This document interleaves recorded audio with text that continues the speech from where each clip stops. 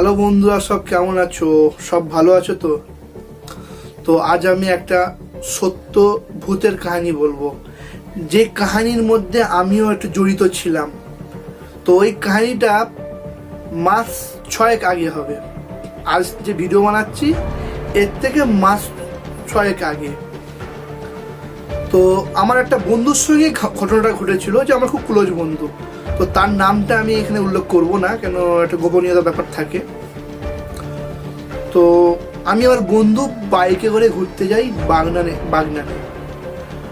তো বেশ রাত 9:30 হয়ে গেছিল। তো আমার বন্ধুকে খুব জোরে একটা ন্যাচারাল কল এসেছিল, মানে প্রস্রাব পেয়েছিল আর কি।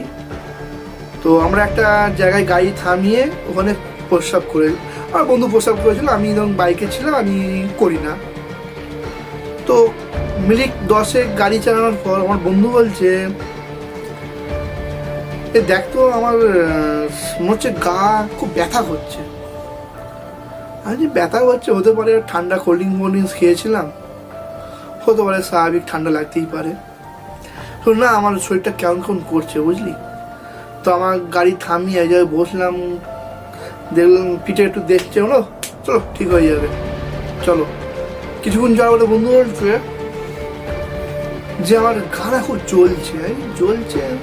হতে পারে তখন তো ঠান্ডা, জ্যাকেটটা খুলে, তখন তো ঠান্ডাকাল ছিল, জ্যাকেটটা খুলে ফেলে। তো সেই রীতিমতন জ্যাকেটটা খুলে ফেলেছিল, তো ঠান্ডা লাগছে। কিছুক্ষণ যাওয়ার পরে যে আমরা আমাদের বাড়ির কাছাকাছি চলে এলাম, তখন সব ঠিক, মানে তখন আর ওরকম কিছু হয় না। বাড়িতে ওর বাইকে ড্রপ করলাম, আমি আর বাড়িতে চলে এলাম। তো ওর বাড়িটা আগে পরে। তো ঘটনা হয়েছে রাতে। তো রাতে আমি শুয়ে পড়েছিলাম অস্বাভাবিক এসে খাওয়া দাওয়া করে। তো ও আমাকে পরের দিন সকালে ফোন করেছে। পরের দিন সকালে ফোন করতে আমাকে বলছে, হ্যালো জানিস, হ্যাঁ আমার না রাতে ঠিক ঘুম হয়নি, আমার কেমন কেমন লাগছে। আমি কি হয়েছে তোমার রাতে কি হয়েছে? বলছে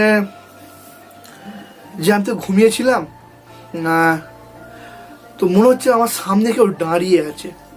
আমি বললাম হয়, একের সময় আমাদের নার্ভ দুর্বল থাকলে হয়, বা ভীতু মানে ভয় অবস্থা থাকলে হয়, এতে কোনো কারণ হয়, এটা বিজ্ঞানের সম্মত হয়। আমি ওকে বললাম, বল না রে জানিস আমি শুয়েছিলাম, আমার মধ্যে কেউ পা সরিয়ে দিচ্ছে 2-3 বার হয়েছে। বলছি দেখো তুমি কি কোল্ড বালিশে শোয়ার হ্যাবিট আছে? বলছে হ্যাঁ আমি কোল্ড বালিশে শুই। তার কারণে হতে পারে, কেন কোল্ড বালিশটা নিয়ে হ্যাবিট থাকে, মনে হচ্ছে কোল্ড বালিশ নিয়েছি। শোনো না, ঠিক আছে ছাড়ো না, ওসব সারাদিন ঠিকঠাক গেছে।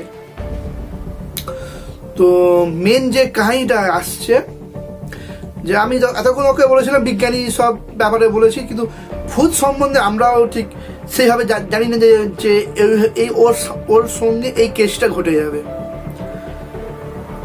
তো এখন তারপর পরের দিন এলো রাতে। তো রাত এসার পরও রাত 12টার সময় ফোন করেছে, এই জানিস আমার সামনে আজকেও দেখলাম কে সামনে দাঁড়িয়ে আছে। তো তোমার সামনে কে দাঁড়িয়ে থাকবে? সত্যি তো কেউ আছে দাঁড়িয়ে? বলছে হ্যাঁ আমি দেখেছি, একটা কালো মতন লম্বা লম্বা চুল, শুধু মুখটা দেখতে পাচ্ছি। সে আমি বললাম ঠিক আছে, রাত 12টা বাজে, তুমি এটা আমাদের যে ইসলাম ধর্মে সূরা বলি, আমরা কোরআনের আয়াত বলি, পরে শুয়ে পড়ো। তো সেই রাতে সেরকম ঘটনা ঘটেনি।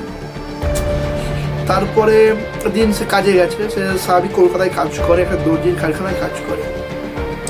রবিবার দিন দুপুর বেলা ও বাড়িতে আসেনি, রবিবার দিন কারখানায় আছে, কাজ ছিল, শুয়ে আছে। বলছে মনে হচ্ছে কি আমাকে মাথায় হাত বুলাচ্ছে। আমার ফের না কাহিনী ঘটার পর আমাকে ফোন করেছিল, তুই সে ওই রুমে না থেকে তুমি তোমার অন্য জায়গায় যে বন্ধু আছে তার কাছে থাকো, যথারীতি তার কাছে ছিল। তো রাতে খাওয়া দাওয়া শেষ করে ঘুমিয়ে আমাকে, মানে যে কাহিনীটা আমাকে বলেছে সেটা আমি বলছি। রাতে বলছে আমার ফোন করে, ফের 1টার সময় ফোন করেছিল। কাহিনীটা বলছে আমি ঘুমিয়েছিলাম 11টার দিকে, আমার বুকে বিষান্ন চাপ কেউ মারছে, মানে এত চাপ মারছে আমি কথা বলতে পারছি না। তো মনে হচ্ছে কি আমার বুকে বসে আছে। আমি বসে আছে, আমি তাড়াহুড়ো করে না ঘর ধর খুব কষ্টতে করে আমি একটা কোরআনের আয়াত বলতে বলতে আমি দৌড়ে চলে এসেছি। তো আমি বললাম যে কলকাতা শহরে তো হতে পারে কোনো জিন ফিন, মানে জিন, আমরা ইসলাম ধর্মে তো জিন, যা মানুষ আর জিন আমরা মানি যে জিন আছে। বললাম তখন বোবা জিন বলে একটা জিন থাকে, সে কি করে কথা বলতে পারে না, সে ওই বুকের উপর চাপ দেয়, মানে মানে মানে তাকে ভয় দেখানোর চেষ্টা করে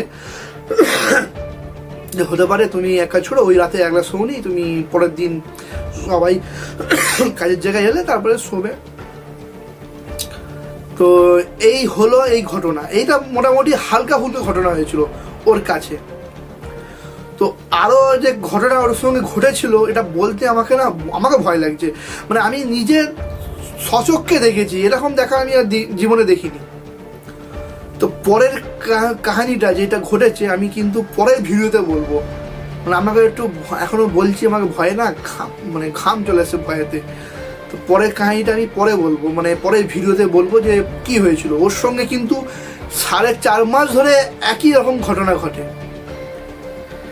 তো বন্ধুরা, যদি গল্প ভালো লেগে থাকে, গল্প নয় এটা সত্যি কাহিনী, যদি ভালো লেগে থাকে তবে আমার একটা ভিডিওতে লাইক আর সাবস্ক্রাইব করে দিবে। যদি ফেসবুকে দেখে থাকো তো ফেসবুকে এটা ফলো করে দিবে।